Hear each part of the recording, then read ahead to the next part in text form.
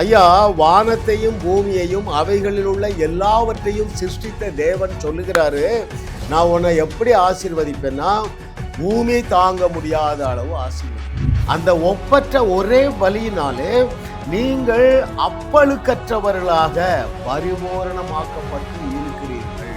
அல்லேலூயா. நீங்கள் எங்கே உங்க வாழ்க்கை முடிந்தது என்று நினைக்கிறீர்களோ அங்கே துவக்கத்தை உண்டாக்குகிற ஆவியானவர் உன்னோடு பேசிக்கொண்டார்.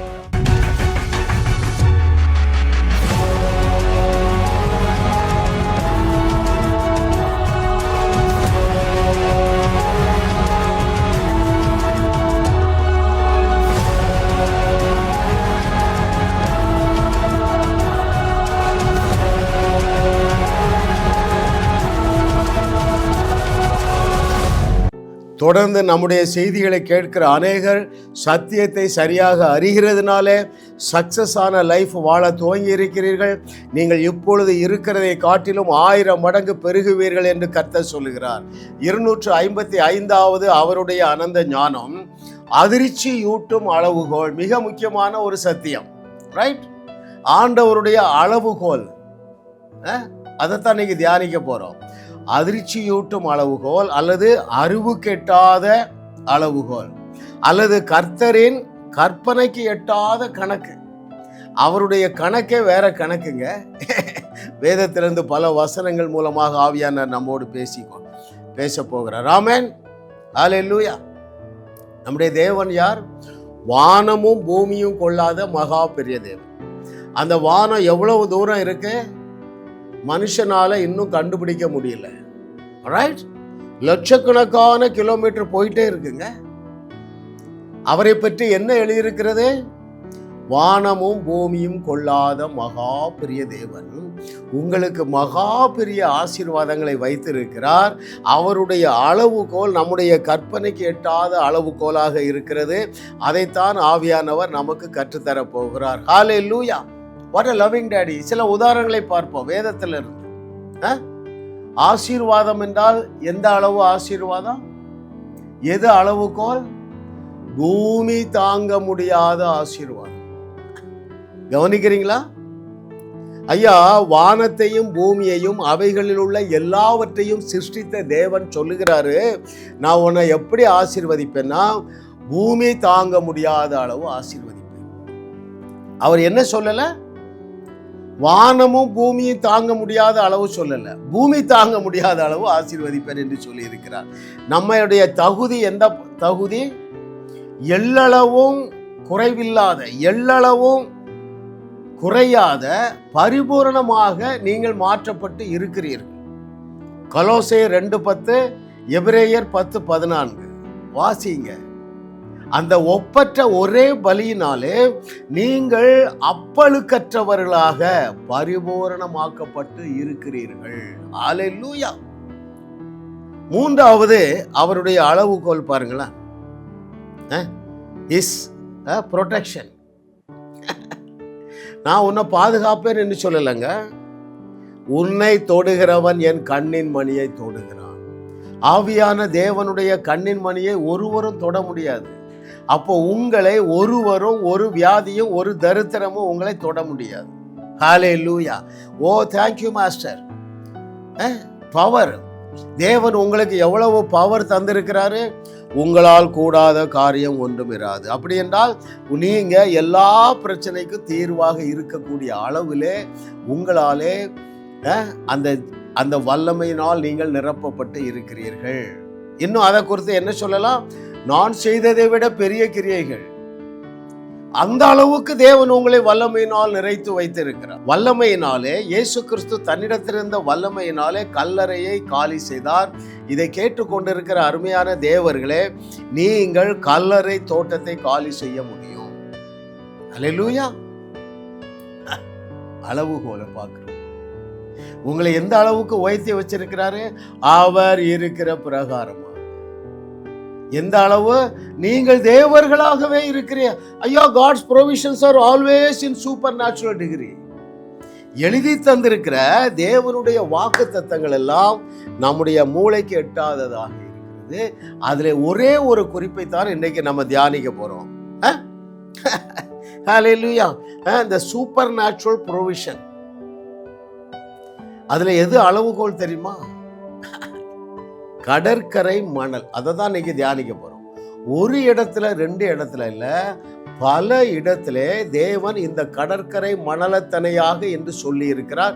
ஒரு 5-6 காரியங்களை நம்ம தியானிக்க போறோம் பாருங்க. அவ யாரு? ஒரு குழந்தை கூட பெற்றுக்கொள்ள அவனால முடியல. எத்தனை வயசு வரைக்கும்? 99 வயது வரைக்கும். ரைட்?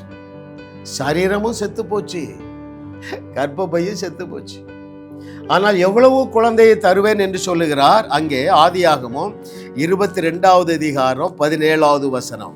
ஆதியாகமம் அங்கே 22வது அதிகாரம் 17வது வசனத்திலே, நான் உன்னை ஆசீர்வதிக்கவே ஆசீர்வதித்து உன் சந்ததியை வானத்து நட்சத்திரங்களைப் போலவும் கடற்கரை மணலை போலவும் பெருகவே பெருக பண்ணுவேன். எந்த அளவுல பெருக பண்ணுவாரா? கடற்கரை மணலத்தனையான. எப்ப சொல்றாரு? 100 வயசுல சொல்றாருங்க. கிழவன் கிளவி ஆயிட்டாங்க. No chance at all. According to the understanding of human being. மனுஷனுடைய அறிவுப்படி இவனுக்கு ஒரு குழந்தையை கூட பெற்றுக்கொள்ள முடியாது. ஆனால் ஆண்டவருடைய வார்த்தை வருகிறது, கடற்கரை மணலத்தனையாக உன் சந்ததி இருக்கும். கடற்கரை மணல், அந்த மெஷர்மெண்ட் தான் இன்னைக்கு பார்க்க போறோம். ரைட்? நடந்துதா இல்லையாங்க? புதிய ஏற்பாட்டுக்கு வாங்க. அங்கே எபிரேயர் 11:12 எப்படி நிறைவேறிட்டு என்று சொல்லி வாசிப்போம். The book of Hebrew chapter 11 verse 12. ஆனபடியால் சரீரம் செத்தவன் என்று எண்ணத்தகும் ஒருவனாலே வானத்தில் உள்ள பெருக்கமான நட்சத்திரங்களைப் போலவும் கடற்கரையில் உள்ள எண்ணிறந்த மணலைப் போலவும் மிகுந்த ஜனங்கள் பிறந்தார்கள். பழைய ஏற்பாட்டில் பிறப்பார்கள் என்று சொல்லியிருக்கு. புதிய ஏற்பாட்டில் கடற்கரை மணலத்தனையாக நம்முடைய முற்பிதாவாகிய ஆபிரகாமுக்கு பிள்ளைகள் பிறந்தார்கள். நீங்க என்ன முடிஞ்சு போச்சுன்னு நினைக்கிறீங்க? இதெல்லாம் எனக்கு ஒரு ரெவலேஷனா வந்தது பாருங்க. ஒரு சகோதரி அழைக்கிறாங்க, எங்க பெங்களூர்ல இருந்து. நான் இன்னும் பார்க்கல. ஐயா, உங்க செய்தி கேட்ட ஐயா, எனக்கு விசுவாசம் வந்துட்டியா? என்னம்மா பிரச்சனை உனக்கு? எனக்கு திருமணமாகி 16 ஆண்டுகள் ஆகிவிட்டன, குழந்தை இல்லை. வயிற்றுல கை வைமா, இயேசுவின் நாமத்தினால அடுத்த வருஷம் இதே நாளில் உன்னுடைய வயிற்றில பிறந்து உன் கையில தாவீது என்கிற ஒரு பையன் இருப்பார் என்று சொன்னைய. ஆபிரகாமுக்கு சொல்லப்பட்ட ஆசீர்வாதம் நம்ம எல்லாருக்கும் சொந்தம் தானே. சொன்னபடியே ஆயிற்று. அருமையானவர்களே, 4 ஆண்டுகள் 10 ஆண்டுகள் குழந்தை இல்லை. அவர்கள் முடிவுக்கே வந்துட்டாங்க. என்ன முடிவு? இனிமே எனக்கு குழந்தை இருக்காது. சாராள் நகைத்தாள். இது எப்படிங்க சாத்தியம்? அப்படிதான் நகைச்சிருப்பாங்க. முகங்குப்புற விழுந்து நகைச்சாளாம். ஹல்லேலூயா. நீங்கள் எங்கே உங்க வாழ்க்கை முடிந்தது என்று நினைக்கிறீர்களோ அங்கே துவக்கத்தை உண்டாக்குகிற ஆவியானவர் உன்னோடு பேசி கொண்டிருக்கிறார். இதே கடன் பிரச்சனையோடு தான் வாழ வேண்டும் என்று நீ எண்ணிக்கொண்டு இருக்கிறாய். இன்றைக்கு உன்னுடைய கடன் பிரச்சனைக்கு முற்றுப்புள்ளி வைக்கிற நாள் மாத்திரமல்ல, கடன் இல்லாத வாழ்க்கை பெற்றுக்கொள்ளுகிற நாள் மாத்திரமல்ல, அநேக ஜாதிகளுக்கு கடன் கொடுக்கிற வாழ்க்கை. பிதாவே உமக்கு நன்றி அப்பா. ஆபிரகாமுக்கு சொல்லப்பட்ட பூமி தாங்க முடியாத ஆசீர்வாதங்களை, கடற்கரை மணலத்தனையான ஆசீர்வாதங்களை என்னுடைய பிள்ளைகளுக்கு நான் கட்டவிழ்க்கிறேன். இந்த சத்தியத்தை இவர்கள் அறிந்து ஏற்றுக்கொள்ளுவார்களாக. ஒரு வெளிப்பாடு உண்டாவதாக இயேசுவின் நாமத்தில் பிதாவே, ஆமென். ஐயா, நீ எதுல முடிந்து போனது என்று நினைக்கிறாயோ அதிலே ஒரு புதிய துவக்கம் இன்றைக்கு உண்டாகிறது என்று கர்த்தர் சொல்லுகிறார். 2வது, கடற்கரை மணலத்தனையாக என்ன ஆசீர்வாதம் நான் உங்களுக்கு வாசிக்கட்டுமா? யோசேப்பு காலத்துல பெரிய பஞ்சம், உலகமெங்கும் பஞ்சம். அவனுக்கு ஒரு வெளிச்சம் பாருங்களேன். 7 வருஷம் மழை பெய்ய போகுது. நம்ம என்ன செய்ய போறோம்? தானியங்களை சேகரித்து வைக்க போறோம். உலகத்துக்கே ஆகாரம் கொடுக்க போறோம். இந்த வெளிச்சம் இருந்ததுனால தேவன் அவனை எப்படி ஆசீர்வதித்தார் பாருங்கள். அங்கே அதே ஆதியாகமம் 41வது அதிகாரம் 49வது வசனம். ஆதியாகமம் 41வது அதிகாரம் 49வது வசனத்திலே, இப்படி யோசேப்பு அளவிறந்ததாய் கடற்கரை மணலை போல மிகுதியாக தானியத்தை சேர்த்து வைத்தான். அது அளவுக்கு அடங்காததா இருந்தது. இன்றைய தலைப்பு என்ன? அதிர்ச்சியூட்டும் அளவுகோல். இங்க என்ன அளவுகோல்? கடற்கரை மணலை போல. கடற்கரை மணலை நீங்க கப்பலா அள்ளலாம் பார்த்தீங்களா, அந்த அளவுக்கு தானியத்தை சேர்த்து வச்சானாங்க. He's our God. அவர் பட்சபாதம் உள்ள தேவன் அல்லங்க. கடற்கரை மணலத்தனையாக உங்களை கோடீஸ்வரனாக்க, வெள்ளியினாலும் பொன்னினாலும் வைடூரியத்தினாலும் வைரத்தினாலும் உங்களை நிரப்பவும்படியாகவே தேவன் உங்களை என்னோடு இணைத்திருக்கிறார். ஹல்லேலூயா. ஐயா, சாதாரண ஆசீர்வாதத்தோடு நீங்க வாழ வேண்டும் என்றால் கிறிஸ்தவனா இருக்க வேண்டிய அவசியமே இல்லை. ஏன்? நம்முடைய தேவன் பூமிக்கு, நம்முடைய தேவன் வானமும் பூமியும் கொள்ளாத தேவன். அவர் எந்த அளவு உன்னை ஆசீர்வதிப்பேன் என்கிறார்? கடற்கரை மணலத்தனையாக உன்னை ஆசீர்வதிப்பேன் என்கிறார். ஐஸ்வர்யத்தை அப்படித்தான் தருவாருங்க. ஏன்? you are a blessing, you are a channel of blessing. நீங்கள் ஆசீர்வாத வாய்க்காலாக இருக்கிறீர்கள். ஹல்லேலூயா. so what? அநேக ஜாதிகளுக்கு கடன் கொடுக்க வேண்டும். ஆமென். கர்த்தர் எனக்கு நினைப்பூட்டிட்டே இருக்கிறார். முதலாவது, நான் உனக்கு ஒரு 86 கோடி ரூபாய் தரப்போறேன். அப்போ நீ அதை ஹேண்டில் பண்ண பழகிடுவா. அப்புறம் உனக்கு 10,000 கோடி ரூபாய் தரப்போகிறேன். பூமியில் உள்ள அநேக தேசங்களுக்கு நீ கடன் கொடுப்பா என்று சொல்லுகிறார். மூன்றாவது, கடற்கரை மணலத்தனையான அளவுகோலை தியானிக்கிறோம். கர்த்தர் சாலமோனுக்கு கொடுத்த ஞானத்தின் அளவுகோல் எது என்று வாசிக்கட்டுமா? அங்கே 1 ராஜாக்கள் 4வது அதிகாரம் 29வது வசனம். First King chapter 4 verse 29. தேவன் சாலமோனுக்கு மிகுதியான ஞானத்தையும் புத்தியையும் கடற்கரை மணலத்தனையான மனோவிருத்தியையும் கொடுத்தார். மனோவிருத்தினா என்ன தெரியுமா? நுண்ணறிவு, ஷார்ப்னஸ். திரும்ப வாசிக்கிறேன் பாருங்க. கடற்கரை மணலத்தனையான மனோவிருத்தியையும் கொடுத்த தேவன் உன்னோடு பேசிக்கொண்டு இருக்கிறார்ப்பா. Is it not awesome? அது அதிர்ச்சி அளிக்கவில்லையா? எது அளவுகோல்? கடற்கரை மணல் தான் அளவுகோல். முதலாவது என்ன பார்த்தோம்? கடற்கரை மணலை போல ஒரு குழந்தையை கூட பெற்றுக்கொள்ளாத ஆபிரகாமுக்கு தேவன் என்ன கொடுத்தார் என்றால், எண்ண முடியாத அளவுக்கு கடற்கரை மணலை போல ஏராளமான பிள்ளைகளை கொடுத்தார். இரண்டாவது, யோசேப்புக்கு கடற்கரை மணலத்தரையாக தானியங்களை கொடுத்தார். மூன்றாவது, சாலமோனுக்கு கடற்கரை மணலத்தனையாக ஞானத்தை கொடுத்தாருங்க. இது நம்ம சீரியஸா எடுக்க வேண்டாமா? அவர் பட்சபாதம் உள்ள தேவனா? ஹல்லேலூயா. பாருங்க, அதை குறித்து என்ன வாசிக்கிறோம்னா, எப்ப அப்படிப்பட்ட ஞானம் அதற்கு முன்பு ஒருவனுக்கு இல்லை, அவருக்கு பின்பு ஒருவனுக்கு இல்லை. ஹல்லேலூயா. கர்த்தர் நல்லவர். What was the result?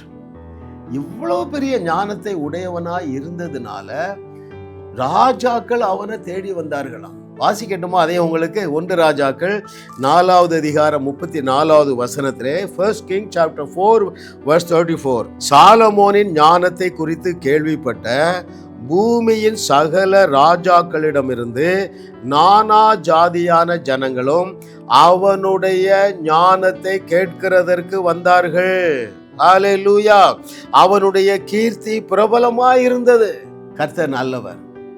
இன்னைக்கு நான் உங்களுக்கு கொடுக்கிற செய்தி என்னன்னா, நீங்கள் டேக் ஹோம் மெசேஜ் என்னன்னா, அவர் பட்சபாதம் இல்லாத தேவன். சாலமோனுக்கு அருளப்பட்ட அந்த ஞானத்தை நீங்கள் பெற்று இருக்கிறீர்கள். நான் இன்னொரு வசனத்தை உங்களுக்கு வாசிக்க போறேன். அது என்ன சொல்லுது தெரியுமா? சாலமோன் ஞானம் ஒண்ணுமே கிடையாது. இயேசுவே உங்களுக்கு ஞானம் ஆயிட்டார். இயேசுவின் ஞானம், இயேசுவின் தகுதி, இயேசுதான் உனக்கு எல்லாம் எல்லாம். அதை வாசிக்கட்டுமா? 1 கொரிந்தியர் 1வது அதிகாரம் 24வது வசனம்.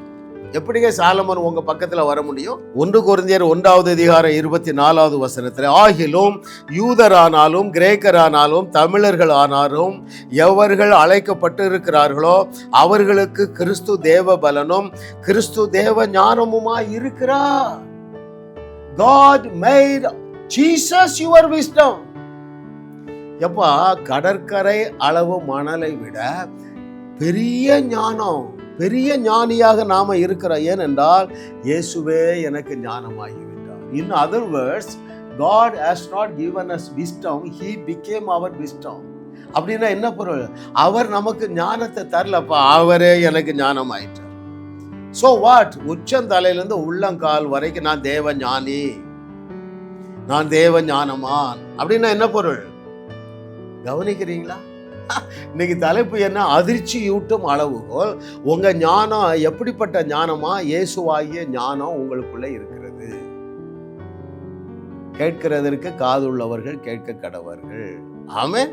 இந்த வசனத்தை உங்க பிள்ளைகளுக்கு சொல்லிக் கொடுங்க. 1 கொரிந்தியர் 1:24 அது என்ன சொல்லுகிறது?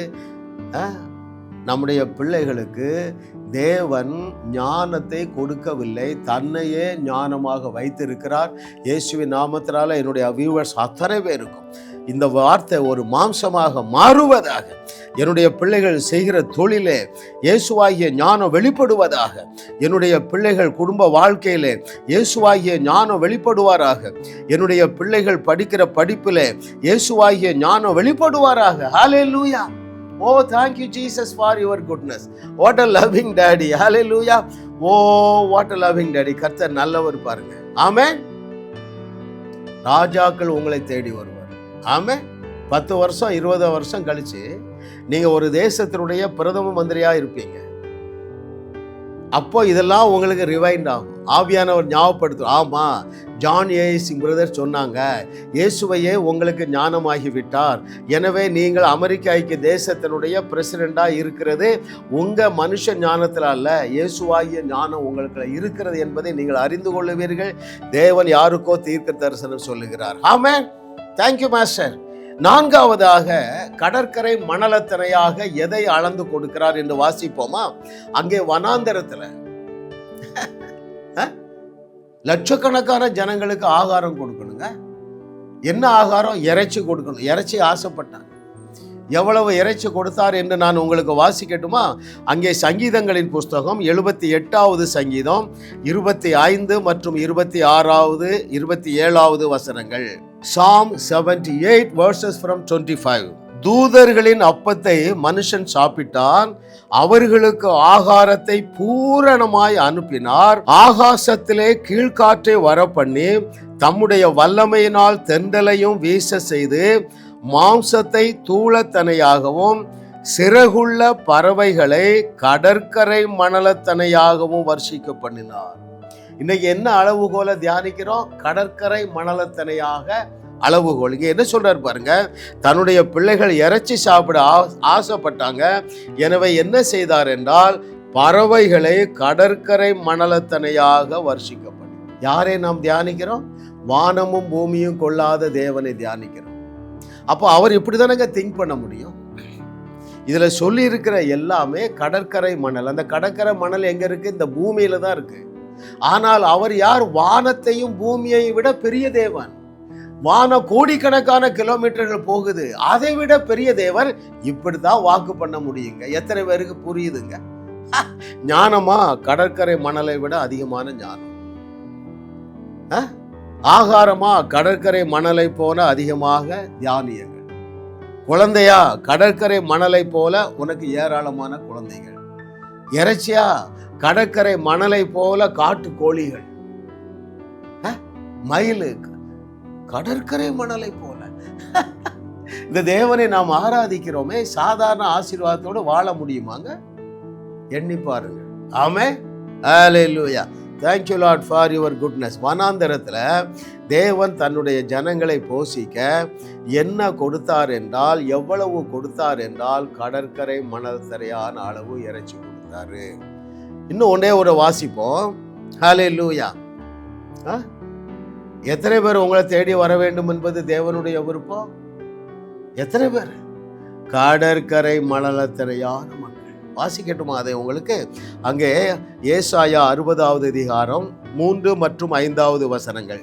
The book of Isaiah chapter 60 verses 3 and verse 5. உன் வெளிச்சத்தின் இடத்திற்கு ஜாதிகளும் உதிக்கிற உன் ஒளியின் இடத்திற்கு ராஜாக்களும் நடந்து வருவார்கள். 5வது வசனத்துல, அப்பொழுது நீ அதை கண்டு ஓடி வருவாய், உன் இருதயம் அதிசயப்பட்டு பூரிக்கும், கடற்கரையில் திரளான கூட்டம் உன் வசமாக திரும்பும். ஜாதிகளின் பலத்த சேனை உன்னிடத்திற்கு வரும். ஹல்லேலூயா. சமீபத்தில் ஒரு 10-15 ஆண்டுகளுக்கு முன்பதாக பென்னிகின் வந்தார் பாம்பேக்கு. கடற்கரை மணலத்தனையான மக்கள் கூட்டம், ராஜாக்கள் தேடி வருவார்கள். என்னுடைய வியூவர்ஸ், எத்தனை பேர் இதை சீரியஸா எடுக்க போறீங்க? ராஜாக்கள் உங்களை தேடி வருகிற காலம் துவங்கி விட்டது என்று கர்த்தர் சொல்லுகிறார். நீங்க இயேசு கிறிஸ்து செய்தவைகளையும் செய்வீர்கள், அதைவிட பெரிய அற்புதங்களையும் செய்வீர்கள். அவர் தண்ணீர் மேல நடந்தார், நீங்கள் தண்ணீர் மேல ஃபுட்பால் ஹாக்கி விளையாடுவீர்கள். ராஜாக்கள் தேடி வருவார்கள். ஆமென். அவர் கல்லறையை காலி செய்தார், நீங்கள் கல்லறை தோட்டத்தையே காலி செய்வீர்கள். ராஜாக்கள், பிரபுக்கள், பிரதம மந்திரிகள், ஜனாதிபதிகள் உங்களை தேடி வருவார்கள். That is the design and the desire of the Lord. Hallelujah. Thank you Lord for your goodness. What a loving daddyங்க. நான் இப்பதான் யோசிக்கிறேன், உங்கள்கிட்ட பேசும்போது எனக்கு அந்த வெளிச்சம் வருது. எந்த வெளிச்சம்? எப்படி ஒரு மனுஷனுக்கு கடற்கரை மணலத்தனையான ஆஸ்தி இருக்க முடியும்? எப்படி கடற்கரை மணலத்தனையான பிள்ளைகள் இருக்க முடியும்னா, அவர் பூமிக்கு தேவன் மாத்திரமல்ல, வானத்திற்கும் பூமிக்கும் தேவனாகிய கர்த்தர் மாத்திரமல்ல, வானமும் பூமியும் கொள்ளாத மகா பெரிய தேவன். இப்படித்தான் பேச முடியும். எப்படித்தான் பேச முடியும்? உன்னுடைய உள்ளத்திலிருந்து ஜீவ தண்ணீர் உள்ள நதிகள், ஆசீர்வாத நதிகள் ஓடிக்கொண்டே இருக்கிறது. சமீபத்தில் மும்பையில் ஒரு 700 பேர் வந்த தாராவியில் உள்ள ஒரு CNI சர்ச்சில் செய்தி கொடுத்தார். நூற்றுக்கணக்கான அற்புதம். எப்படி தெரியுமா? நான் கூப்பிட்டு ஹீல் பண்ண பொழுது மாத்திரமல்ல, நான் பேசும் பொழுதே என்னுடைய நாவில் இருக்கிற அந்த வல்லமை போய் ஒரு அம்மா வந்தாங்க. ஐயா, 3 நாள் வலின்னா வலி தாங்க முடியாது, நீங்க பேசி கொண்டிருக்கும் போதே வலி சுகமாயிட்டு என்று சொன்னார். அல்லேலூயா. அப்படி கடற்கரை மணலத்தனையாக எண்ண முடியாத அளவுக்கு என்னுடைய வியூவர்ஸ் அநேகர் அற்புதம் செய்ய போறீங்க. ஆமென். இயேசு கிறிஸ்து 3.5 ஆண்டுகளிலே செய்த பிரசங்கங்களை எழுதினால் அந்த புஸ்தகங்கள் உலகம் கொள்ளாதுன்னு சொல்லலைங்க. எது உலகம் கொள்ளாதது என்று சொல்லவா? அங்கே யோவான் கடைசி வசனம், யோவான் எழுதின சுவிசேஷம் 21வது அதிகாரம் 25வது வசனம். 4 சுவிசேஷங்களிலே கடைசி வசனம் ரொம்ப முக்கியம் இல்லையா? அதோட இயேசு கிறிஸ்துடைய நடபடிகள் முடிந்து சீஷர்களுடைய நடபடிகள் ஆரம்பிக்கிறது. அந்த இயேசு கிறிஸ்துடைய நடபடிகள் எப்படி முடிகிறது பாருங்கள். இயேசு செய்த வேறு அநேக காரியங்களும் உண்டு, அவைகளை ஒவ்வொன்றாக எழுதினால் எழுதப்படும் புஸ்தகங்கள் உலகம் கொள்ளாதென்று எண்ணுகிறேன். 3.5 வருஷத்துலங்க நான் சொல்றேன். இன்னைக்கு பாருங்க, 4 நாள் அங்கே மீட்டிங், 4 மீட்டிங், ஒரு 400-500 அற்புதம் நடந்தது. இயேசு கிறிஸ்துவுக்கு அப்படிதாங்க நடந்திருக்கு. எண்ண முடியாத அற்புதங்கள், எண்ண முடியாத அற்புத சுகங்கள், எண்ண முடியாத விடுதலைகள். அல்லேலூயா. ஐயா, இப்படி எண்ண முடியாத அளவுக்கு கடற்கரை மணலத்தனையாக நீங்கள் பெருகி கடற்கரை மணலை கூட எண்ணிரலாம். என்னுடைய வியூவர்ஸ் செய்ய போற அற்புதங்களை எண்ணி முடியாது என்று கர்த்தர் சொல்லுகிறார். ஆயத்தமாகி கொண்டே இருங்கள். நீங்கள் போகையிலும் ஆசீர்வாதம், வறுமையிலும் ஆசீர்வாதம்னா என்ன அர்த்தம்? நீங்க போகும்போதும் அற்புதம் செய்வீங்க, வரும்போதும் அற்புதம் செய்வீங்க. நான் வாக்கிங் போகும்போதும் அற்புதம் செய்கிறேன், கடைக்கு போனாலும் அற்புதம் செய்கிற, ஏர்போர்ட்லேயும் அற்புதம், ரயில்வே ஸ்டேஷன்லேயும் அற்புதம். அற்புதத்திற்கு அளவே இல்லை. அது எந்த அளவு இருக்க போகிறது? கடற்கரை மணலத்தனையா. எத்தனை பேர் புரிகிறதுங்க? ஐயா, அவர் தான் சொன்னாருங்க, நீங்கள் நான் செய்ததையும் செய்வீர்கள், இதை விட பெரிய அற்புதங்களை செய்வீர்கள். 3000 பேர் 5000 பேர் ரட்சிக்கப்பட்டாங்க பேதுரு காலத்தில். நான் யோசித்து பாருங்களேன், 3000 பேர் 5000 ரட்சிக்கப்பட்டானா 30,000, 40,000, 50,000 அற்புதம் நடந்தது. 3000 பேர் 5000 பேர் ஞானஸ்நானம் பெற்றார். அப்போ இருந்த பாப்புலேஷனை விட இப்போ என்னுடைய அறிவின்படி 50 மடங்கு பெருகிட்டுங்க. ரைட்? 800 கோடி ஜனங்கள். அப்போ எத்தனை லட்சம் இல்லை, எத்தனை கோடி அற்புதங்களை நீங்கள் செய்ய வேண்டும். அதே போல லகுவான ஊழியம் ஒன்றுமே இல்லையே. ஐயா, அகில உலகத்தையும் சுவிசேஷமயமாக்க தேவன் கொடுத்திருக்கிற பிரதான ஆயுதம் என்னதுங்க? சூப்பர் நேச்சுரல் மிராக்கிள்ஸ் தானே. அப்போஸ்தலர் நடபடிகள்ல ஆயிரக்கணக்கான ஜனங்கள் ரட்சிக்கப்பட்டார்கள். ஏன்? அவ்வளவு அற்புதங்கள். கேட்கிறீங்களா அருமையானவர்களே? 2 காரியங்களை சொல்லி முடிக்கிறேன். ஊழியங்களிலே லகுவான ஊழியம் அற்புதம் செய்கிறோம். ஒரு உதாரணத்துக்கு பாருங்களேன். பாம்பேயில் ஒரு பாஸ்டர் அம்மாவுடைய கைவலி. நான் அதிகமாக யாரையும் தொடுறதில்லை. ஏன்னா அங்கே ஒரு ட்ரைனிங் தான் என்னுடைய அழைப்பு பாருங்க. அப்படி பார்த்த ஒரு சின்ன பையன் அந்த தம்பி, இதுக்கு பாஸ்டர் ஒய்ஃப்னே எனக்கு தெரியாது. ஆண்டவர் என்ன சொல்லியிருக்கிறார்? வியாதியஸ்தர்கள் மேல் கைகளை வைப்பீர்கள், அப்பொழுது அவர்கள் சுஸ்தமாவார். அந்த தம்பி வந்து அந்த அம்மா தலையில கை வச்சான். இந்த வசனத்தை சொன்னேன். இப்போ என்ன நடக்கு பாருங்க, வியாதியஸ்தர் மேல் இந்த தம்பி கை வச்சிருக்கான். அவங்க வர ஹிந்தி எல்லாரும், நான் தமிழில் பேசுகிறேன், ஒருத்தர் ஹிந்தியில் டிரான்ஸ்லேட் பண்ணுறாரு. தம்பி கையை எடு பாருங்க, போய் உட்காந்துருன்ட்டேன். இந்த அம்மா நடுவில் நிற்கிறாங்க பேசேஜில். இயேசுவின் நாமத்தினால இந்த வார்த்தை நிறைவேறிட்டு. எந்த வார்த்தை? வியாதியஸ்தர்கள் மேல் தம்பி கை வச்சா இவங்க சுகமாயிட்டாங்க, செக் பண்ணுங்கிறேன். அப்போ இவங்களுக்கு கையை இங்கே தீராத வலி, அமுக்கி அமுக்கி பார்க்குறாங்க, கையை நீட்டி நீட்டி மடக்குறாங்க. வார்த்தை நிறைவேறிட்டு. அதனால தான் நான் சொல்கிறேன், எந்த கஷ்டமும் கிடையாது. எலியா அற்புதம் செய்ய கஷ்டப்பட்டானா? எலிசா கஷ்டப்பட்டானா? இயேசு கிறிஸ்து கஷ்டப்பட்டாரா? பவுல் கஷ்டப்பட்டாரா? ஊழியங்களிலே டாக்ஸ் கொடுக்கிற ஊழியத்தை விட லகுவான ஊழியம் அற்புதம் செய்கிற ஊழியம். அதில் ஒரே ஒரு சீக்கிரட் தான் இருக்குது. பலமுறை நான் சொல்ல சோம்பல் பட மாட்டேன். எந்த சீக்கிரட்டும் இல்லை என்பது தான் secret. There is no other secret at all. Hallelujah. வியாதியஸ்தர்கள் மேல் கைகளை வச்சா சுகமாகுது. இதில் என்ன ரகசியம் இருக்கு? அப்பாலே போ சாத்தானே என்ன பிசாசு ஓடுறா, இதில் என்னங்க ரகசியம் இருக்கு? நிழல் படுற மாதிரி நடந்து போனால் வியாதி எந்த சீக்கிரட்டும் கிடையாதுங்க. யாருமே இப்படி சொல்லி தரல பாருங்க.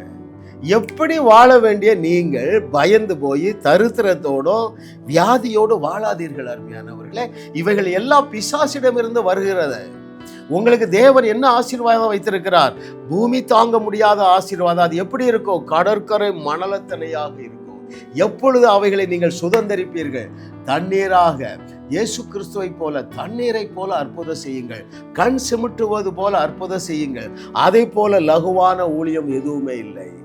கிளாஸ் மினிஸ்ட்ரி செய்திகள் மூலமாக நீங்கள் ஆசீர்வதிக்கப்பட்டிருக்கிறீர்கள். நீங்கள் இந்த ஊழியத்தோடு கைகோர்க்கும்படியாக உங்களை அழைக்கிறோம். நீங்கள் காணிக்கை விதைக்கக்கூடிய நல்ல நிலமாக ஜாஸ் மினிஸ்ட்ரீஸ் இருக்கிறது.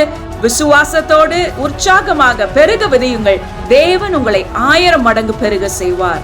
வாரந்தோறும் சென்னை முகப்பேரில் நடைபெறும் கிங்ஸ் அண்ட் குயின்ஸ் அசம்பிளி ஞாயிறு ஆராதனைக்கு அன்புடன் அழைக்கிறோம். சத்தியத்தை சரியாக அறிந்து வெற்றி வாழ்க்கை வாழுவீர்கள். சென்னையில் உள்ள உங்கள் நண்பர்கள் உறவினர்களையும் 3 மாதங்கள் தொடர்ந்து வரும்படியாக உற்சாகப்படுத்துங்கள். முற்றிலும் ஜெயமான வாழ்க்கை வாழுவார்கள். உங்களையும் வாழ வைத்து உங்கள் மூலம் உலகத்தையும் வாழ வைக்கவே தேவன் எங்களை கிருபையாக அழைத்துள்ளார். விடுதலை பெறவும் சுகத்தை அனுபவிக்கவும் தொலைபேசியில் எங்களோடு தொடர்பு கொள்ளுங்கள். ஜாஸ் மினிஸ்ட்ரீஸ் யூடியூப் சேனலில் தொடர்ந்து செய்திகளை கேளுங்கள். சப்ஸ்கிரைப் செய்யுங்கள். வீடியோக்களை லைக் செய்து பலரோடு பகிர்ந்து கொள்ளுங்கள். அவர்களும் ஆசீர்வதிக்கப்படட்டும்.